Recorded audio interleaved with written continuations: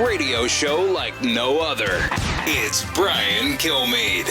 When we took office in January, the Trump administration had not processed a single special immigrant visa since March of 2020, in nearly a year.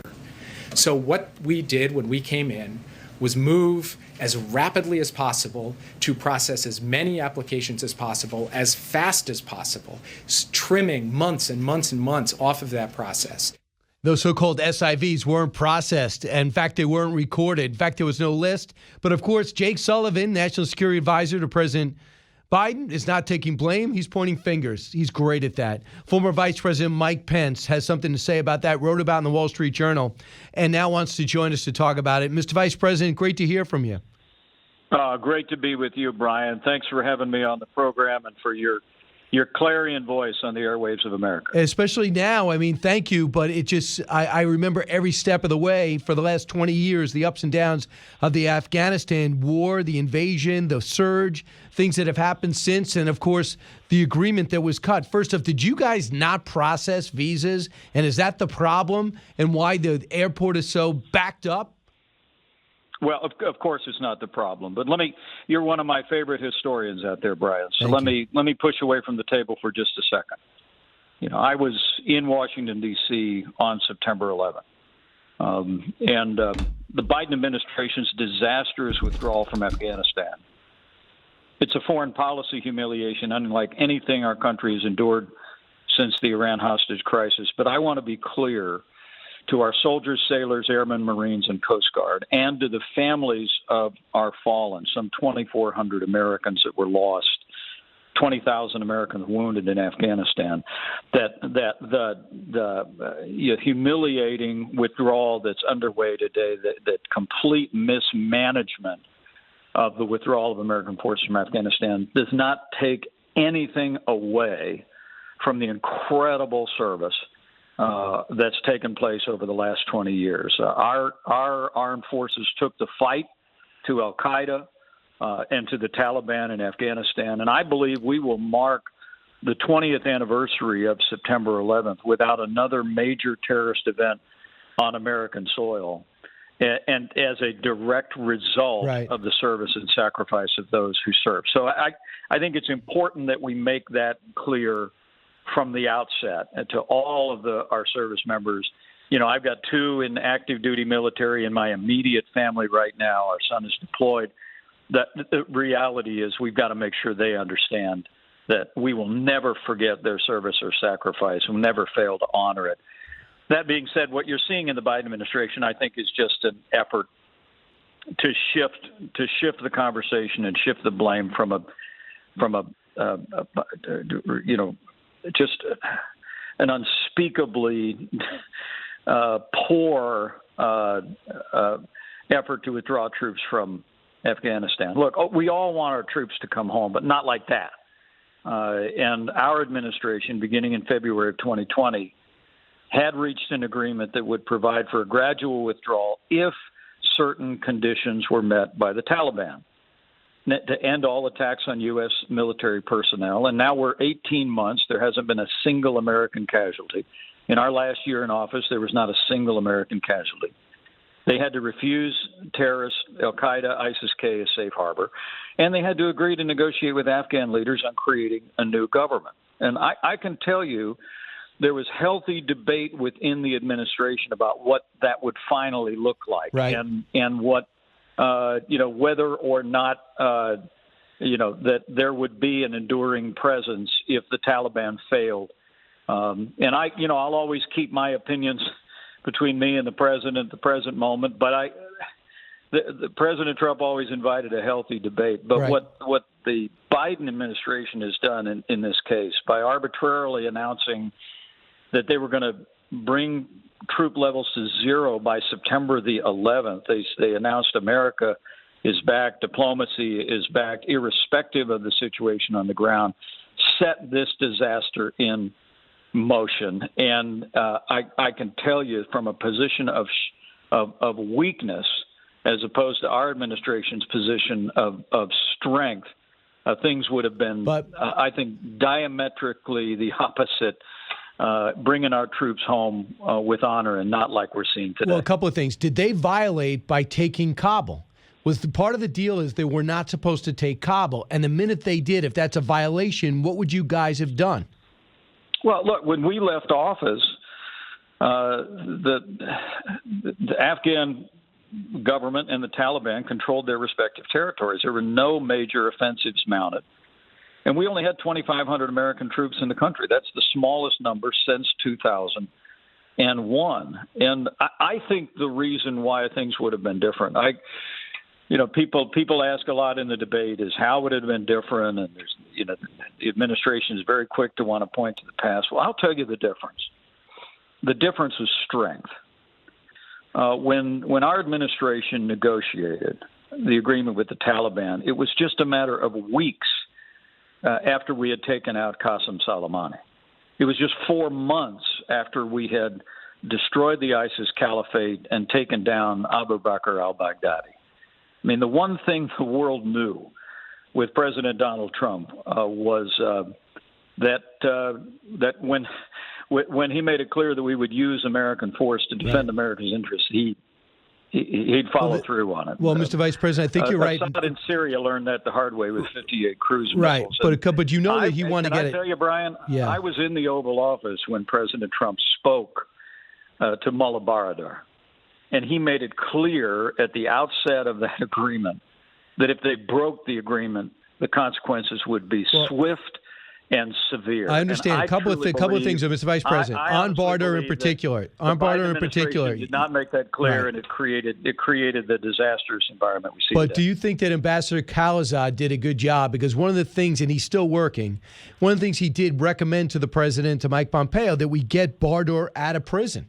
He was an aide to Mullah Omar. We get him out of prison. He's now running things. He's the guy we got to talk to now. He was captured by the CIA. And then he was sentenced to prison for 8 years, and we got him out. Do you think that was a good move? Look, I think there's an old adage in history that you don't make peace with your allies, you make peace with your enemies. And I can tell you that President Trump and I were elected in 2016 on a promise of getting our troops home. There's no question the American people, and not just service families like mine, but the American people wanted to bring our troops home. But we wanted to bring them home with honor. And I believe that from a position of strength, demanding that the conditions be met by the Taliban, that we wouldn't be seeing what we're seeing today. Now, that being said, that's rearview mirror stuff. I think it's absolutely essential that every voice in America be a chorus to this president and to this administration, saying you've got to do whatever it takes to get our American citizens home, to get our troops home safely, and to bring our allies out of Afghanistan, people that stood with our soldiers in the field, but to do that with the kind of vetting that we don't have people that are slipping through the process that would ultimately threaten our security and our citizens in this country. Well, now, what about the order in which you would have done this? Is it true that you were going to leave Bagram Air Base first as well, or were you going to keep Bagram Air Base and not use Kabul Airport to get citizens out, let alone military, but citizens out, the people that we want out, like the people that helped us? Well, what I can tell you is what President Trump said a week ago, which was the logical way to do this would be to bring our citizens out first, to help our allies come out while we still have a force presence on the ground. But what was really lacking in this case was less about logistics than it was about a credible threat of the use of force. I mean, whether it be 58 cruise missiles into Syria, whether it be taking down ISIS, as our military forces did at the direction of the commander-in-chief, taking down Baghdadi, using force to take down Iranian General Qasem Soleimani. What the Taliban knew with our administration was that we would use force to prosecute America's interest Mr. and Vice to President, defend can you name America the violations in Afghanistan? Right. Can you name the violations of your agreement that would have led to military action? Number one, they never denounced al-Qaeda. and al-Qaeda's got a presence in this new government through the Haqqani network that we know of. Number two is they weren't supposed to take Kabul. They were supposed to agree to a coalition government. But when you said, when the agreement was done, it wasn't you directly, but it was more, the Secretary of State. But when the agreement was done, the word was there was going to be a coalition government. But when the agreement was actually signed, if any violation happened, there'll be a military strike against them. But you guys were going to be out in May. If you guys were out in May, how would things have been different? Because one of the things you did is don't attack our guys, but they picked up the pace on attacking the Afghans. A lot of people think that dispirited them. Well, I think the difference was strength. I think the difference was with President Trump in the White House and our team on the ground. When we left office, there was essentially a stable environment, a year of no American casualties. And as I said, the Taliban and the Afghan government were in their respective territories with no major offensives. And the one thing I am absolutely confident of is that had we been in office during this withdrawal, that we would have ensured that those conditions were met. And if they weren't met, that we would follow through on the use of force, and that we would adjust and attack accordingly in a manner that put American lives first and the security of our nation first. I have no doubt whatsoever that you would not have seen the Taliban march into Mazar al-Sharif without consequence. You would not have seen the Taliban march into Kabul. And now here we sit with the Taliban in the last 24 hours, making threats if we don't keep to the August 31 deadline. We shouldn't be taking orders from the Taliban. We should tell them we're gonna be out when it's done. We're going to be out when American citizens are out, American troops are out, and all of those brave Afghanis that stood with and assisted our effort to defend our freedom in that war-torn land have been given safe passage out of the country. Mr. Vice President, would you allow our 5,800 military members to leave the airport and retrieve American citizens and allies of ours? Well, of course. Look, we have the, and this is owing in part to our administration. We saw the largest increase in investment in our national defense since the days of Ronald Reagan, Brian. You know that. I mean, our armed forces demonstrated in Iraq and Syria that when they're given a mission and they're given the freedom to prosecute that mission, there's no force in the world that can resist them.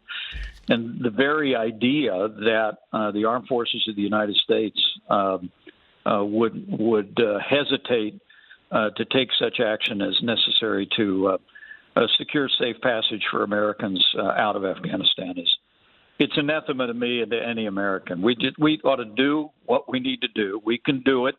Our military is more than capable, and we ought to tell the Taliban when we're done, and not be listening to them dictating timetables. Well, they did. Would you take back? Jennifer Griffin asked John Kirby, why don't you take Bagram Air Base back? Good. They have two airfields. It's much better equipped. It's much more secure, and you could be able to get more flights in and out. And he basically said, we don't want a Monday morning quarterback.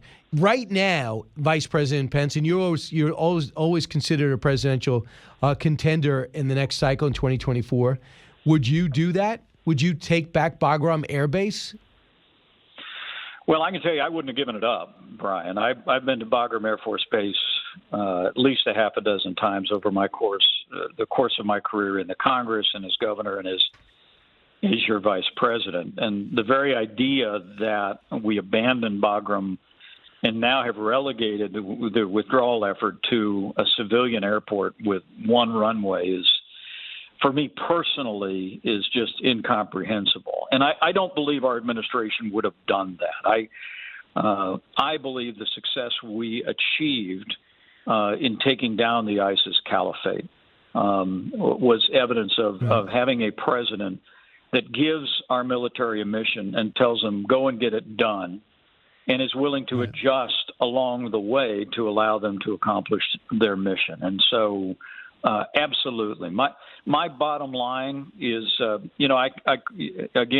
love your history books, Brian. Thank you. You remember the Battle of the Bulge, when German forces issued some sort of ultimatum to a U.S. Army general at the Battle of the Bulge, and he simply wrote back one word: nuts.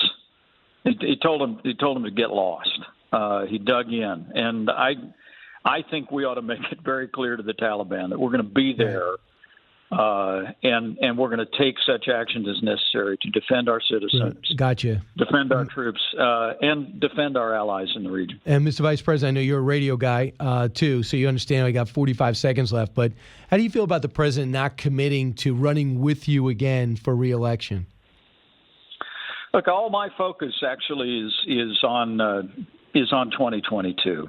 You know, the president and I have talked many times since the inauguration, and I know he feels the very same way. When you look at the radical left agenda being advanced, I mean, a crisis on the border, a crisis in this disastrous Afghanistan withdrawal, inflation on the rise, a plan for some $5 trillion in big government socialist spending. We have got to win the Congress back. And we've got to support conservatives running for governor around the country. I was on the stump just last week with our great candidate in Virginia. And I will tell you that all of my energy, all of my focus is going to be on 2022. We win back and then we'll talk. Hill, we win back the Congress, and then 2024 we'll win back America. All right, well, you did a great job as vice president. It'd be crazy not to run with you. That's just my opinion. Mr. Vice President, thanks so much, Mike Pence.